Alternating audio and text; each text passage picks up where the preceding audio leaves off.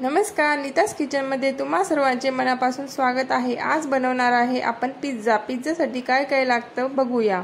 मी अर्धा टोमॅटो घेतला आहे, अर्धी शिमला मिरची घेतली आहे, अर्धा कांदा घ्यायचा आहे आणि थोडेसे स्वीट कॉर्न घेऊन घ्यायचे।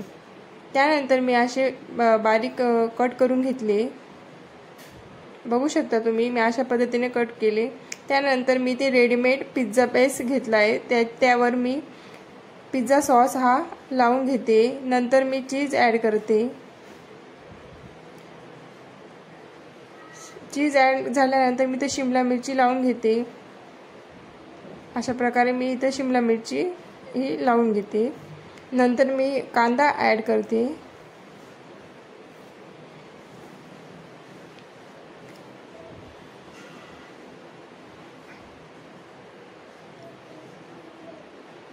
नंतर आपण थोडे स्वीट कॉर्न टाकून घेऊ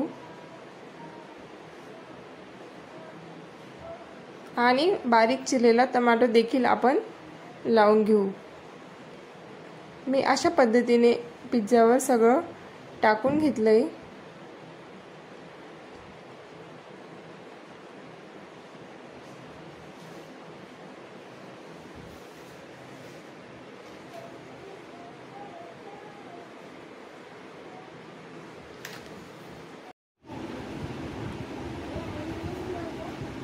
नंतर मी स्वीट कॉर्न ॲड करून घेते। अशा पद्धतीने आपल्याला सगळं ॲड करून घ्यायचं आहे। नंतर पिझ्झा सॉस, मेयोनीज ॲड करून घ्यायचं आहे। त्यानंतर मी इथे चीज ॲड करून घेते। नंतर आपण चिली फ्लेक्स ॲड करून नंतर आपण गॅसवर ठेवून घेऊ। 2 मिनिटं आपला पिझ्झा हा रेडी आहे।